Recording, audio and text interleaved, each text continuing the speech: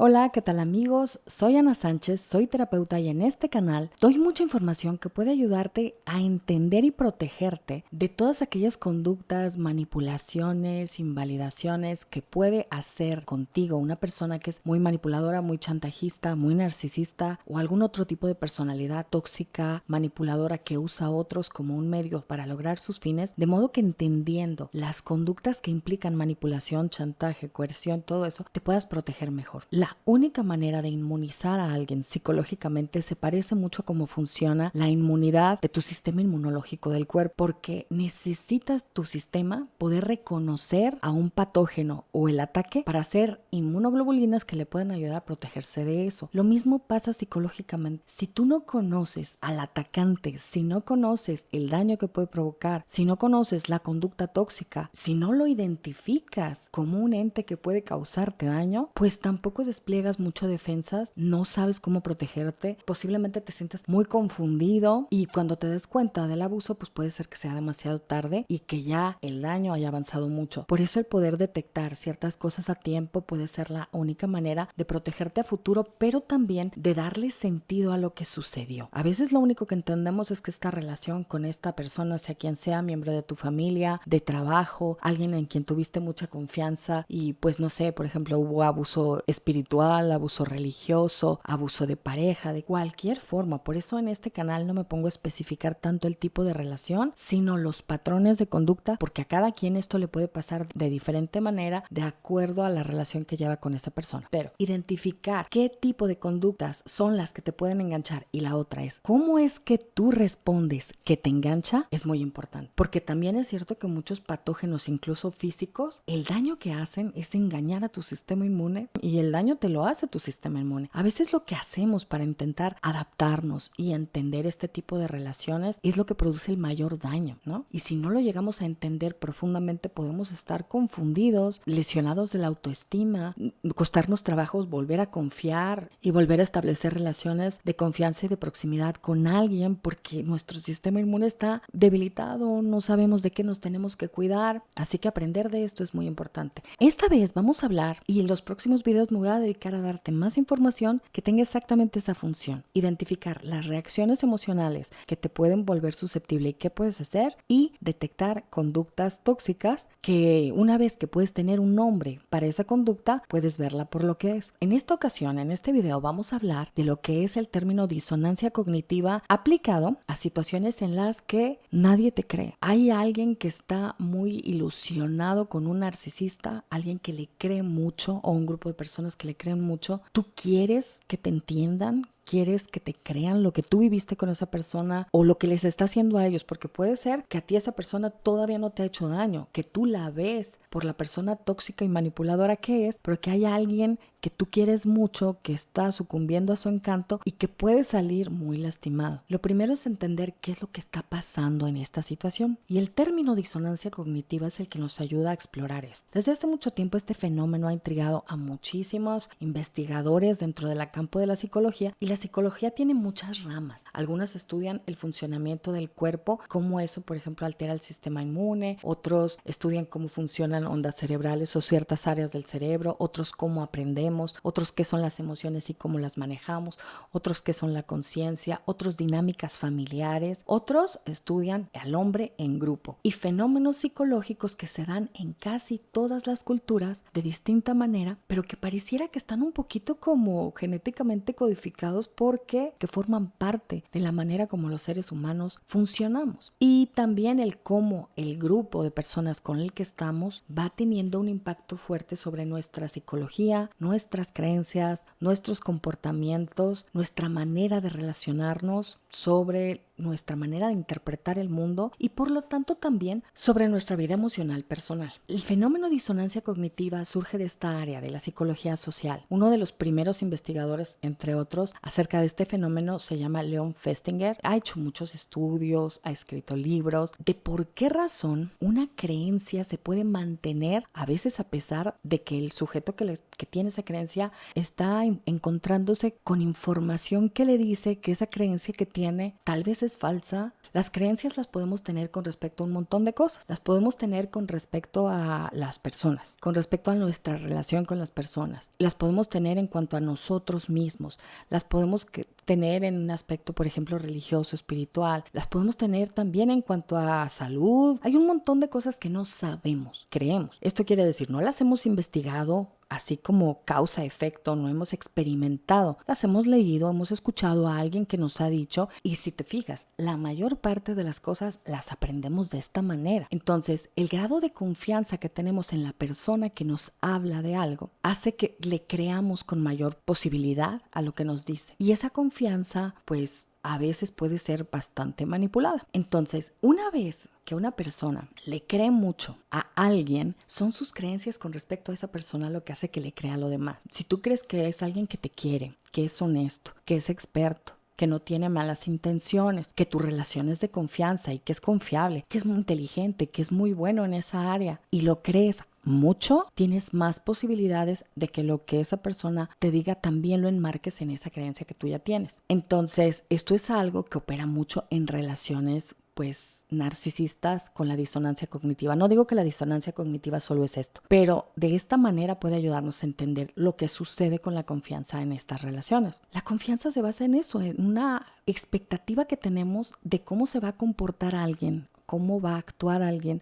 qué es lo que va a pensar alguien a través de lo que conocemos a esa persona o lo que otras personas nos dicen de esa persona, personas en las que confiamos, ¿no? Entonces, también sucede que una persona narcisista y manipuladora sabe mucho cómo manipular cosas que provocan confianza, como hacer parecer que está interesado en ti, que está escuchando, que ha vivido cosas parecidas a las que has vivido tú, hacer parecer que es un experto en ciertas áreas, dar señales que te hacen sentir seguridad en ese vínculo o seguridad en el desempeño de esa persona, y bueno, lo va manipulando, no es real. Lo que sucede también es que cuando esta confianza ya se formó, curioso, pero algunas personas dejan de creer en los demás cuando los demás les dicen, oye, esto que te prometió no te lo ha cumplido, o para mí que no es tan honesto porque yo lo vi en tal restaurante con otra chica de la mano, o yo la vi con alguien y iba saliendo de la mano y muy románticamente abrazado con ese tipo y pues dice que está contigo, ¿qué onda? Entonces, ¿por qué algunas personas, a pesar de la evidencia de que alguien en quien confía les ha mentido, más bien te dejan de hablar a ti, dudan de lo que tú les estás diciendo, se retiran, cortan la relación contigo, por mucho que tu intención fue ayudarles a ver eso? Y por ejemplo, también puede suceder en el caso de que una madre o un padre muy narcisista pues está haciendo cosas que están dañando a alguno de tus hermanos o a algún otro miembro de la familia. Y tú quisieras decirle, es que sabes que está actuando con mucho narcisismo. Lo que a esta persona le pasa es que es narcisista y te está manipulando, te está invalidando o te está triangulando con mis otros hermanos. Voltean a verte con cara de, esta loca, ¿qué le pasa? Tiene el cerebro lavado, y también empiezan a meterte distancia. Muchas veces cuando un líder dentro del trabajo, dentro de alguna agrupación, está siendo abusivo, usa a las personas, las invalida, es deshonesto y muchos le creen. Y tú tratas de abrirles los ojos señalando algunas cosas o de evidencias que tú tienes de esa persona mintiendo, abusando, usando a otros. Parece que estás atacando a esa persona. Los demás lo defienden y te hacen ostracismo a ti, te dejan de hablar, te vuelves un paria en este grupo o te tratan con pincitas y con cuidado como si tú fueras una mala influencia. Esta experiencia es dolorosa porque muy probablemente lo que tú quieres es ayudar. Es posible que incluso a las personas que no te creen ya les han pasado cosas, ya les han hecho cosas, invalidaciones, malos tratos, les han quedado mal con cosas, han sido deshonestos, han sido parte de engaños, y aún con esa evidencia a quien no le creen es a ti. Esta experiencia es frustrante, a veces te sientes muy atacado porque puedes llegar a hacerlo, y sobre todo, lo que tú quieres muchas veces es poder ayudar a alguien que puede estar siendo víctima de abuso o iniciar una relación que tiene el potencial de ser muy tóxica y muy abusiva, pues para que no caiga en algo que tú ya caíste, que ya entendiste que te costó mucho dolor y mucho tiempo recuperarte de todo eso o salir del engaño, y quisieras que otras personas se puedan ahorrar ese dolor, se puedan ahorrar salir lastimados económicamente o de alguna otra manera por esa misma persona que tanto daño te causó, y no lo logras. Parece que el enemigo eres tú. Y esto puede pasar en grupos pequeños, grupos familiares, en grupos de trabajo, en grupos terapéuticos, en grupos religiosos, en grupos de trabajo, más en empresas. Puede pasar a nivel de países, puede pasar de muchas maneras y es un efecto a veces muy difícil de entender. La gente parece hechizada. De hecho, cuando nosotros mismos estamos en ese estado, pues yo creo que a otras personas también le parece que estamos hechizados y tampoco puede entender por qué no entendemos, no creemos, sobre todo, porque no es tanto que no entendamos, ¿no? La gente dice, es que no entiende. No es que no entiendas, entiendes lo que te dicen, entiendes el español, entiendes el idioma bien, pero no puedes creer. Al inicio, cuando empiezas a darte cuenta del daño que una persona narcisista te ha causado, de la mentira, del engaño, de la infidelidad, del maltrato y todo lo que eso significa, en qué clase de persona has estado confiando todo este tiempo y las consecuencias de la confianza que tuviste con esa persona y cómo te han hecho daño, la primera sensación es de incredulidad, de es que no lo puedo creer. No solo se te rompe el corazón, sino hay algo acá en la cabeza también que se rompe. Esa sensación de irrealidad es precisamente la sensación de la disonancia, es la tensión que se siente cuando una creencia muy fuerte para nosotros, muy significativa para nosotros, en base a la cual hemos tomado decisiones importantes en nuestra vida, se colapsa porque empezamos a ver que está errónea, que es equivocada, que ya no nos puede sostener. Y eso pasa cuando empezamos a encontrar evidencia de que alguien en quien confiábamos mucho no es confiable, nos engaña, nos usa, está haciendo cosas que para nada hubiéramos creído que era capaz de hacer. Lo que creíamos de esa persona y lo que es capaz de hacer colapsan. No lo podemos creer. Cuando estamos en ese estado de tensión, que es muy estresante, es incluso yo diría hasta doloroso, es un momento en el que de verdad no puedes conciliar las ideas. A esto se le llama disonancia y precisamente por eso, porque es una creencia muy disonante, te puede mantener en un estado como de sentirte partido. Todos lo que queremos es salir de ese estado emocional tan tenso. Hay dos opciones aquí. Una es dejar de creer que esa persona es honesta, o sea, cambiar la creencia, o que es una muy buena persona, o que es alguien que tiene nuestros intereses en cuenta y en quien podemos sentirnos confiados y seguros, o cambiar la percepción de la realidad también y pensar que lo estamos percibiendo mal, que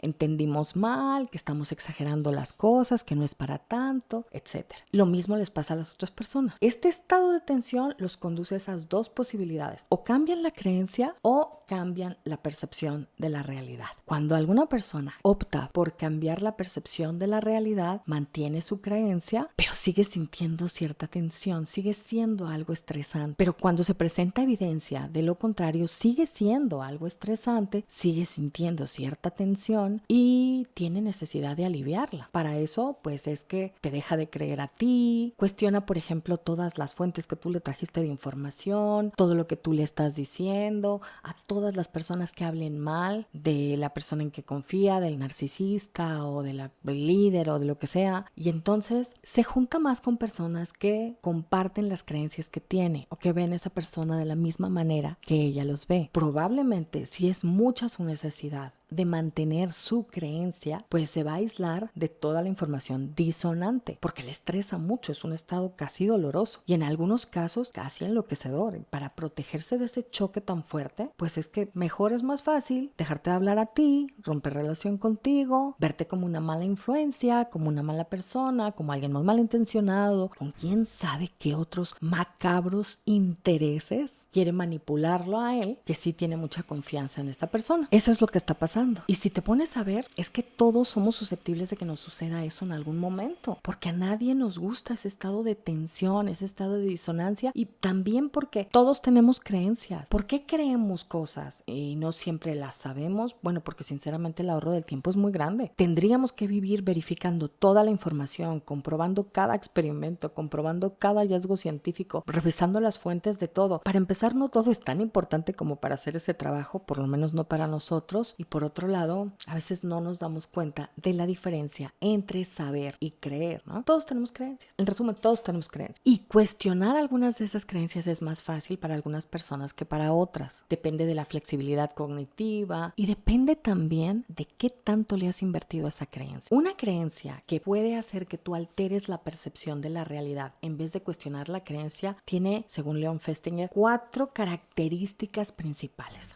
La primera es una creencia de algo importante para ti, es una convicción, es una creencia a partir de la cual tú vas tomando acciones, haciendo compromisos, viviendo de determinada manera, vas formando tu escala de valores, vas relacionándote con ciertas personas en vez de otras, vas invirtiendo tu dinero o tu tiempo en algo. No es cualquier creencia, ¿no? Para que nos comprometamos tanto con una creencia, tiene que ser así de fuerte para nosotros, al punto de una convicción. El segundo elemento es, tenemos que haber hecho inversión en esa creencia. La inversión puede ser a modo de servicios, creencias. Por ejemplo, si vas a entrar a una relación a lo mejor tuviste que cambiarte de casa, tuviste que dedicarle mucho de tu tiempo libre o de tu tiempo a hablar, a convivir, a confiar, a construir esa relación. Tal vez también cortaste relación con personas que te decían que no les caía bien, que no te convenían, que no era para ti, que algo les sentían, que no les gustaba. Pues tuviste que o retirarte de esas personas o dejaste ciertas relaciones. Ya posiblemente hiciste algo muy fuerte para ti, y mientras más es la inversión que hiciste en esa creencia, o sea, en esa persona, en ese plan de vida, en esa empresa, en ese grupo, en lo que sea, más vas a tener la tendencia de cambiar más la percepción de la realidad que la creencia. Otra característica es que esa creencia tiene que ser algo comprobable por la realidad. Algo que sí puedas probar que es falso o verdadero con acciones, con palabras, con conductas. La 4 es que esa evidencia de que eso es falso tiene que ser algo que tú puedas ver. Tiene que ser algo que sucede, tiene que ser algo que te dicen, tiene que ser pruebas que tú puedas ver. Ahí es donde podemos hablar de que hay este sesgo en la disonancia. Si te fijas, muchas relaciones con personas abusivas o tóxicas tienen estas características, y muchos de hecho manipulan estas características. Por ejemplo, al entrar a grupos tóxicos, muy probablemente te pidan hacer una inversión fuerte o hacer algo muy vergonzoso o un rito de iniciación complicado o invertir mucho tiempo o hablar y pasar el mensaje, digamos, a otras personas, lo cual también te compromete. Quizá te aíslen de otras personas que te quieren, que les preocupa que estés tan metido en esto. Quizá también has invertido dinero, has invertido mucho trabajo, y esto a veces es de entrada. Te lo hacen ver como algo muy valioso, ¿no? Entonces la creencia era importante y la inversión también. Y así se aseguran que después es más difícil que tú solito quieras cambiar de opinión independientemente de lo que haga alguien más por traerte información que no coincida con tu creencia. Y las relaciones de pareja, por ejemplo, que son con personas muy tóxicas, pueden también ser así. Pueden requerir que tú le dejes de hablar a amigos que te traigan información de que esa persona no fue leal, de que te mintió, de que no te conviene, de que ya estaba casado antes, de que no mantenía a sus otros hijos, de que era muy flojo, de que era muy floja, de que había sido abusiva, de que venía de una historia que no es como te la contó y que lo que te dijo realmente no es como pasaron las cosas. Y a lo mejor lo que tú pensaste fue, bueno, no creo, no es cierto, porque ya para entonces, pues a lo mejor estabas muy comprometido, a lo mejor estabas muy enamorado, a lo mejor habías dedicado ya muchísimo tiempo. Otra cosa que sucede en las relaciones de pareja, a diferencia de otro tipo de relaciones, es que el cuerpo no ayuda. Estamos hechos biológicamente para formar vínculos de apego, sobre todo con una pareja. Cuando hay estas alteraciones bioquímicas que hacen que nosotros nos sintamos vulnerables, si el vínculo se rompe porque nos duele mucho, bueno, esa es otra forma de compromiso que también tenemos, ¿no? Es algo que vamos a perder si cambiamos la creencia que tenemos de esa persona. Eso le puede pasar a cualquier persona, por eso es importante conocer estas dinámicas para que si te llega a pasar a ti tengas más posibilidades de abrirte, y también para que puedas entender esto cuando le pasa a otras personas, porque algo que sucede mucho es que si están estos 4 componentes, la creencia es fundamental para la persona, es una convicción, hay mucho compromiso puesto en esa creencia. Por más que tú compruebes que lo que les han dicho no es cierto, que los están engañando, que hay evidencias, es más probable que te topes con esta distorsión de la realidad, esta invalidación de la información, verte a ti como un atacante, como un enemigo, como un loco, como alguien emocionalmente desbalanceado, desquiciado, que quién sabe qué ideas se les están metiendo en la cabeza. Todo tipo de invalidaciones para poder mantener la creencia que tienen. Si te estás topando con esto, tal vez empujaste más allá de donde esta persona persona puede negociar con sus propias creencias, ¿no? Ahora, hay otro dato importante y este es algo que puede abrir la puerta a la salida de la disonancia. Cuando una persona está aislada y está sola, o sea, solo ella cree en eso, solo ella confió en esa persona, solo ella piensa que es maravilloso, lo que sea. Curiosamente es más fácil que ante la evidencia que ella busca o que se topa de que las cosas no son ciertas, pueda cambiar la creencia. Si tú creías mucho en una pareja que era muy fiel y de pronto eres tú quien lo ve salir de un restaurante agarrado de la mano con alguien, es más probable que tiendas a creerte a ti y empieces a cambiar lo que crees de esa persona. Porque aunque no lo creas, cuando la disonancia cognitiva es muy fuerte, incluso ese tipo de evidencia se pueden negar y decir, bueno, es que es su prima, ¿cómo no la va a tomar de la mano con tanto cariño? Y ya me dijo eso. Y sobre todo si además te mienten y te dicen, pues es que es mi prima, posiblemente vas a hacer mucho para creerles, ¿no? Entonces, puede haber evidencias que la vida te presenta, pero si nada más tú confiabas en esa persona, se ha demostrado también científicamente que es más probable que el individuo lo que se cuestione sea la creencia y entonces, digamos, asimilas esa nueva información y modificas tu creencia en base a esa información. O sea, ok, esa persona puede ser confiable en cuanto a que va a llegar a tal hora, pero no es confiable en que no es leal, no es fiel y es capaz de mentir a la cara. Esto a lo mejor rompe tu corazón, a lo mejor pasas por una etapa dolorosa de ajuste de la creencia. En esta etapa es como si a la persona que tú imaginabas que alguien era, alguien se la comió. Ya no está, no hay, no existe, no fue real. ¿Por qué? Porque tu creencia de lo que era esa persona es lo que efectivamente no era exactamente como tú lo creías, no era como tú lo veías, no fue real. Y en lo que ajustas esta creencia, pues toma tiempo y hay que asimilar nueva información. Por eso es muy probable que si este es el caso y tú solo te topaste con esta información, vayas a estar empezando a buscar en su celular, buscar en su computadora, buscar en sus contactos de redes, preguntarle a otras personas que a lo mejor en otro momento se acercaron a darte información y no les creíste y ahora que tienes la duda es más fácil que esa información sí te entre y si quieras estar dispuesto a escuchar. Tal vez dejas de invalidar a esas personas que en algún momento quisieron abrirte los ojos. Algo que dificulta mucho que una persona pueda ver a pesar de la evidencia, a pesar de que se encuentra con que lo que creía de esa persona no era cierto, es que haya un grupo de personas que todos crean en eso y que entre unos a otros se estén haciendo distorsión cognitiva unos a otros, porque tenemos mucho también una mentalidad de grupo y conformidad de grupo. Ese es otro proceso de psicología social bastante estudiado. Si los demás, todos los demás en quienes tú confías, con quien tienes vínculos, creen algo, a veces tú tiendes a adoptar esa creencia porque los demás lo creen y porque tienes cierta duda acerca de si lo que tú ves es así o si son los demás los que tienen la razón. Y si son tantos y son gente que consideras inteligente, confiable, que quieres, es más fácil que tú solo hagas justificaciones para justificar a ese líder, para poder mantener la creencia que tienes acerca de ese y sobre todo para poder mantener la pertenencia al grupo, para seguir compartiendo la creencia que todos los demás en este grupo tienen. Se ha visto que cuando todo el grupo de personas al que tú perteneces hace disonancia cognitiva, hacen justificaciones para las cosas, incluso cuando las evidencias son impresionantemente reales, ¿no? O para otras personas irrefutables, las personas pueden hacer unas justificaciones bárbaras acerca de lo que están viendo que está haciendo alguien para poder conservar su creencia y su pertenencia también a este grupo. Algo que facilita que la gente empiece a salir de la disonancia es cuando la duda empieza a surgir en varias personas, porque lo que llegue a suceder es tan fuerte, tan evidente, tan contradictorio, que algunas personas importantes dentro del grupo empiezan a tener dudas, empiezan a ver más claro. Cuando algunas personas empiezan a ver, todo lo demás se puede venir en cascada, porque una persona también le ayuda a la otra a salir de esa disonancia. Ahora, es por esto que si nos ponemos a ver en todos los grupos religiosos que son muy controladores, que son muy autoritarios y que la verdad lo último que tienen en cuenta es al ser humano y la espiritualidad, en realidad tienen otros fines, ven como enemigo a todas las personas que tienen dudas, que hacen preguntas, que cuestionan cosas o que ven claramente los defectos del líder religioso o ven las conductas abusivas por lo que son.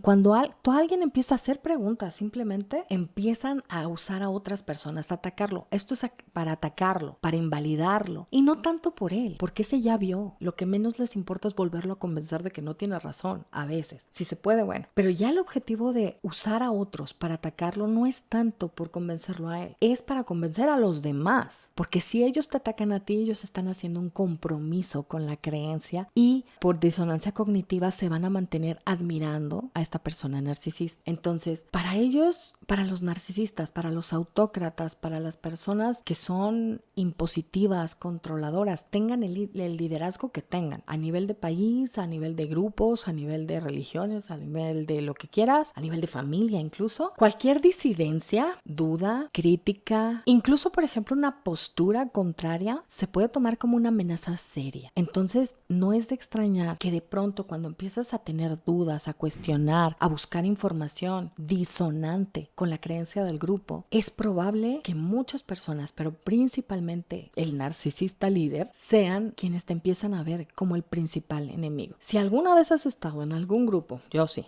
en algún grupo medio lavado del cerebro, creyéndole mucho a una persona muy narcisista y al final ha salido muy usado, la verdad es que a veces es increíble ver qué fue lo que te pasó y toma mucho tiempo poder entender qué fue lo que te pasó desde esta perspectiva de disonancia cognitiva y verlo como un fenómeno humano, natural, y de verdad entender a las personas cuando están en ese proceso, ¿no? Muchas veces incluso se puede llegar a perder el contacto con tu propia esencia, tu realidad y tu capacidad de percibir la realidad cómo es y a las personas cómo son cuando la disonancia cognitiva es en muchos aspectos de tu vida o es muy fuerte o el control también lo es. Y de hecho, si te fijas en las características de estas creencias que pueden generar disonancia, no está que la persona sea tonta, no está que la persona sea muy ignorante, no está que ni siquiera que tenga baja autoestima necesariamente, es que la creencia sea muy importante para esa persona, que forme una convicción, que haga un compromiso grande con esa creencia y que se rodee de personas que también creen esto de esa manera, que tome decisiones en base a esa creencia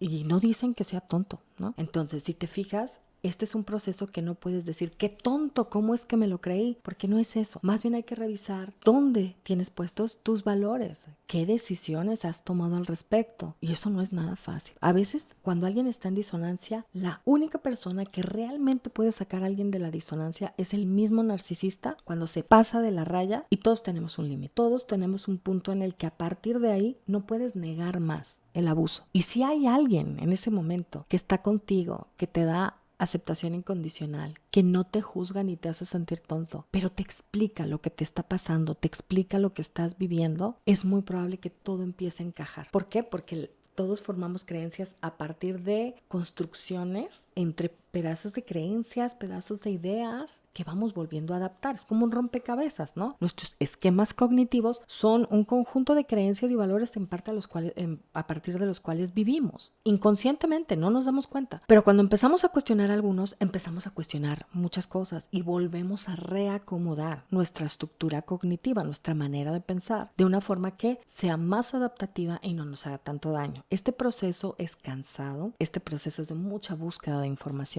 pero a veces lo más importante en la búsqueda de información es en el momento preciso, cuando nos pasa algo con esa persona que nos hace por fin dudar y estamos dispuestos a buscar que haya alguien ahí que nos pueda explicar qué es lo que nos sucedió. Eso hace la magia y eso es muy probable que te pueda ayudar a ti y a muchas personas a salir de la disonancia cognitiva. No sé si te fijas, pero hay un montón de entornos en los que esto es muy evidente de manera reciente. Pasa muchísimo. Verlo a veces nos hace pensar que el otro es así y cree esas cosas porque está tonto, pero la verdad es que no es necesario para nada estar tonto o ser muy inteligente. Hay personas muy inteligentes en disonancia cognitiva y hay personas no tan inteligentes también en disonancia cognitiva. Eso sí, a veces mientras más inteligente es una persona, más complejas son las racionalizaciones y justificaciones que puede usar para mantener esa creencia y distorsionar un poco la percepción de la realidad. O sea, incluso puede ser al revés. Alguien más inteligente tiene más complejidad a la hora de justificar a una persona abusiva o narcisista cuando se ha comprometido demasiado con ella. Espero que esto te pueda ayudar a entender por qué algunas personas no van a responder bien creyéndote simplemente porque les traes un mundo de evidencia que les dice que esa persona es narcisista, que es psicópata, que los está usando y que lo que está diciendo es mentira.